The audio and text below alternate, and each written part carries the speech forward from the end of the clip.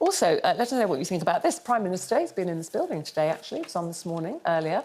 Rishi Sunak, he is pressing ahead with plans to ban the sale of cigarettes to anyone born on or after January 2009.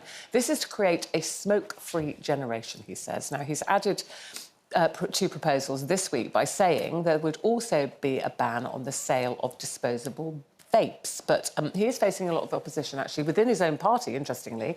Former Prime Minister Liz Truss has called the smoking ban a nanny state policy. What do you think, Brenda? Listen, there's no doubt, we all know smoking is bad.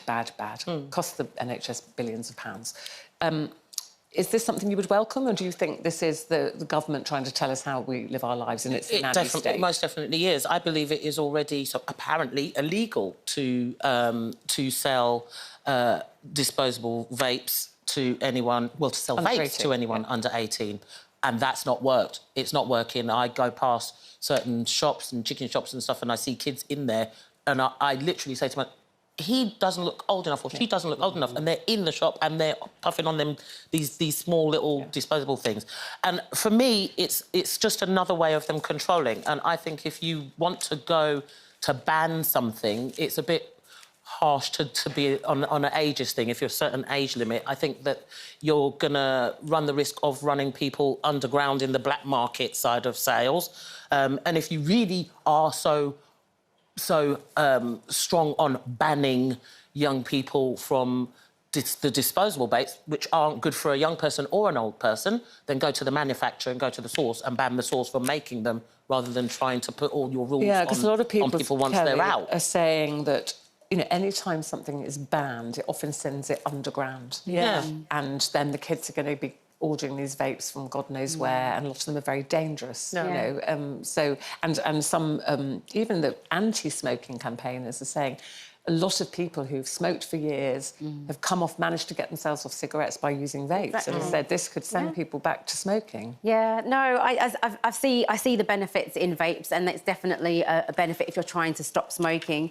For me, my children have grown up, they are aged 10 and 12, and they've grown up in a society where smoking is seen as socially, you know, not very cool.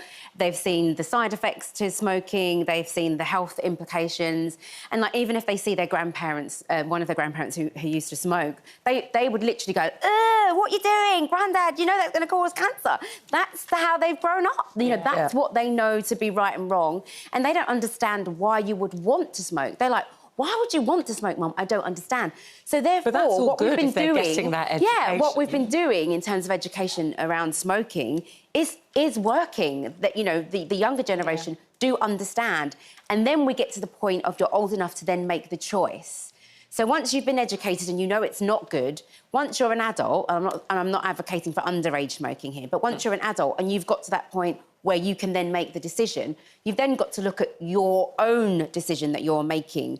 My issue is, if you're making your own decision to smoke, I shouldn't really then have the bill to pay for your decision to smoke. But then you could say, I shouldn't have the bill if you drove too fast and wrapped your car around a lamppost. I shouldn't have the bill if you've drunk too much and you need a liver transplant. But what... I mean, that's like saying you're going to have a tier system. No, I'm not saying I'd want a tier system. Care if you haven't looked after yourself? No, I'm not saying I want a tier system. I'm saying the responsibility lies upon you, right? It does, yes. Same way that it lies upon me to look after my health, to look after how I conduct myself, the things that I eat, whether I look after my health, whether I look after my mental health, because all of those things, if I don't look after them, become your problem to look after. But then there has to... Well, I agree with you, because that to me, you have to have individual responsibility. You can't ban everything. So, firstly, I just go...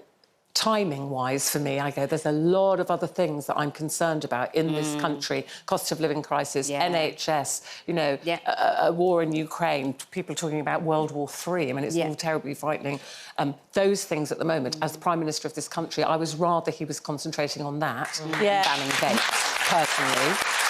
But, Brenda, you know, or Linda, do you ban sugar? Do you ban sweet? You know, you can't ban everything. There's a lot of things that are bad for you. You know, there was that sugar tax a while ago. They were doing the sugar tax when you go to source and buy the drink, and we were saying put it back to the manufacturers. It always seems to be the people that are getting the bans and the people that are getting the fines, but the people that are actually producing this are not doing You anything. gave up smoking But after growing many up years, as well, didn't you? smoking was seen as very glamorous. All the Yes. film stars used Yeah. to see it. You see posters with, like, celebrities or whatever with their cigarette in their mouth and that.